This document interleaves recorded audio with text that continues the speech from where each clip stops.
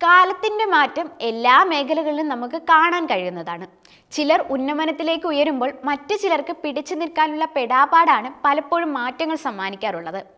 അത്തരത്തിലൊരു വിഷയം കാസർഗോഡ് മുതൽ തിരുവനന്തപുരം വരെയുള്ള കേരളത്തിലെ എല്ലാ ജംഗ്ഷനുകളിലും കാണാൻ കഴിയും. കേരളത്തിലെ ചെറുകിട വ്യാപാര മേഖല നേരിടുന്ന പ്രതിസന്ധിയെക്കുറിച്ചാണ് പറഞ്ഞു വരുന്നത്. ഏറ്റവും ആശങ്കപ്പെടുത്തുന്ന കാര്യം എന്താണെന്നാൽ ഇപ്പോൾ നേരിടുന്ന ഈ പ്രതിസന്ധിയിൽ നിന്ന് കരകയറാൻ ഭൂരിഭാഗം പേർക്കും കഴിയില്ല എന്നതാണ്. കേരളത്തിൽ അടഞ്ഞുകിടക്കുന്ന കടമുറികളുടെ എണ്ണം ദിനം പ്രതി വർദ്ധിക്കുകയാണ്. എല്ലാ കവലകളിലും താഴ്ന്നു വീഴുന്ന ചെറുകിട സ്ഥാപനങ്ങളുടെ എണ്ണം ഓരോ ദിവസവും വർദ്ധിക്കുകയാണ്. ഈ പ്രതിസന്ധിക്ക് കാരണം പലതാണ്. പ്രധാനമായും ആളുകൾ ഷോപ്പിങ്ങിന് മാളുകളെയും ഓൺലൈൻ സംവിധാനങ്ങളെയും ഉപയോഗിക്കുന്നത് വളരെയധികം കൂടിയിട്ടുണ്ട്. കസ്റ്റമേഴ്സിന്റെ എണ്ണം കുറഞ്ഞതാണ് കച്ചവടം കുറയാൻ കാരണം. ഉയർന്ന വാടക, വൈദ്യുതി ചാർജ്, ജീവനക്കാരുടെ ശമ്പളം, ബാങ്ക് വായ്പയുണ്ടെങ്കിൽ അതിന് നൽകേണ്ടി വരുന്ന ഉയർന്ന പലിശ, ഇതിനെല്ലാം ചിലവാകുന്ന തുക കൂട്ടിച്ചേർക്കുമ്പോൾ തന്നെ ആകെ വരുമാനത്തേക്കാൾ ഉയർന്ന തുകയായി മാറുന്നുവെന്നതാണ് യാഥാർത്ഥ്യം. പിടിച്ചു നിൽക്കാൻ വളരെ പാടുപെടുകയാണെന്ന് ചെറുകിട വ്യാപാരികൾ തന്നെ പറയുന്നുണ്ട്. അടിക്കടി ഉണ്ടാകുന്ന ടാക്സ് വർധനവും വ്യാപാരികളെ പ്രതികൂലമായി തന്നെ ബാധിച്ചിട്ടുണ്ട്. ചെറുകിട ഹോട്ടലുകളെയും ഈ പ്രതിസന്ധി സാരമായി തന്നെ ബാധിച്ചിട്ടുണ്ട്.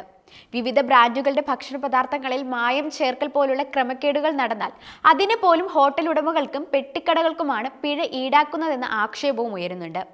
നൂറുകണക്കിന് ആളുകളാണ് ഓരോ ദിവസവും കച്ചവടം മതിയാക്കുന്നത്. ഇത് കാരണം ജോലി നഷ്ടപ്പെടുന്നത് ആയിരക്കണക്കിന് ആളുകൾക്കാണ്. പ്രവാസികൾ ഉൾപ്പെടെ നിരവധി പേരാണ് ഉള്ള സമ്പാദ്യം മുഴുവൻ ചെലവഴിച്ച് കെട്ടിടങ്ങൾ പണിത് വാടകയ്ക്ക് നൽകുന്നത്. സ്ഥാപനങ്ങൾ പൂട്ടിപ്പോകുന്നത് വാടകയ്ക്ക് നൽകിയവരെയും ബാധിക്കുന്നുണ്ട്. ഇപ്പോഴുള്ള പ്രതിസന്ധിയിൽ നിന്നും കരകയറുവാൻ മിക്ക വ്യാപാരികൾക്കും കഴിയില്ല. ഉയർന്ന വാടകയും ഷോക്കടിപ്പിക്കുന്ന വൈദ്യുതി ചാർജും ബാങ്കുകളുടെ കൊള്ളപ്പലിശയും തരണം ചെയ്യുവാൻ കഴിയാതെ പലരും തളർന്നു കഴിഞ്ഞു. ജീവനക്കാരുടെ ശമ്പളവും കടയുടെ ദൈനംദിന പ്രവർത്തന ചിലവുകളും കുത്തനെ കയറുകയും ചെയ്തിട്ടുണ്ട്. കൂടാതെ അടിക്കടി വർദ്ധിപ്പിക്കുന്ന ടാക്സുകളും വിവിധ ലൈസൻസ് ഫീസുകളും ചെറുകിട വ്യാപാരികളുടെ നടുവൊടിച്ചിട്ടുണ്ട്.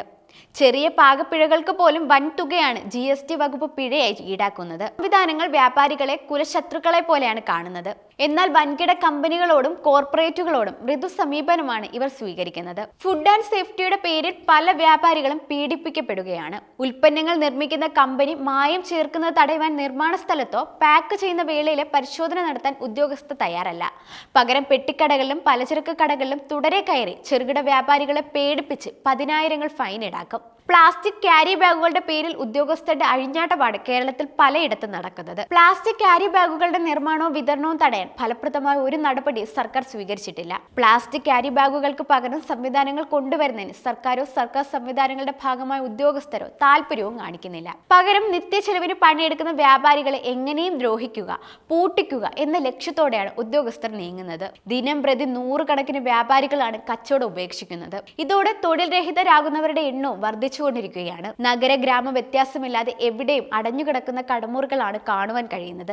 ഇതോടെ കെട്ടിടങ്ങൾ വാടകയ്ക്ക് നൽകുന്നവരും പ്രതിസന്ധിയിലായി. മുൻപ് വൻതുക വാടകയും സെക്യൂരിറ്റിയും വാങ്ങിയിരുന്ന പലരും സെക്യൂരിറ്റി ഇല്ലാതെ കുറഞ്ഞ വാടകയ്ക്ക് കടമുറികൾ കൊടുക്കുവാൻ തയ്യാറാണെങ്കിലും ഇപ്പോൾ കടമുറികൾ ആർക്കും വേണ്ടാത്ത അവസ്ഥയാണ്. ഇതോടെ വാടകയ്ക്ക് കെട്ടിടം നൽകുന്നവരും കടുത്ത പ്രതിസന്ധിയിലായി. എവിടെ നോക്കിയാലും അടഞ്ഞ കടമുറികളും ടു ലെറ്റ് ബോർഡുകളും കാണാം. കേരളത്തിലെ ജനങ്ങളുടെ കയ്യിലുള്ള പണം വമ്പൻ ഷോറൂമുകളിലൂടെയും മാളുകളിലൂടെയും ചെന്നെത്തുന്നത് കുത്തക കമ്പനികളുടെ കയ്യിലേക്കാണ്. ഈ പണമൊക്കെ കേരളത്തിന് പുറത്തേക്കാണ് ഒഴുകുന്നത്. വളരെ ചെറിയൊരു ശതമാനം മാത്രമാണ് ഇവർ കേരളത്തിൽ ചിലവഴിക്കുന്നത്. ഇത് കേരളത്തിന്റെ സാമ്പത്തിക മേഖലയെ സാരമായി ബാധിച്ചു കഴിഞ്ഞിട്ടുണ്ട്. ഇതിന്റെ പരിണിത ഫലങ്ങൾ കേരളത്തിൽ അങ്ങോളം ഇങ്ങോളം കാണുവാൻ കഴിയും.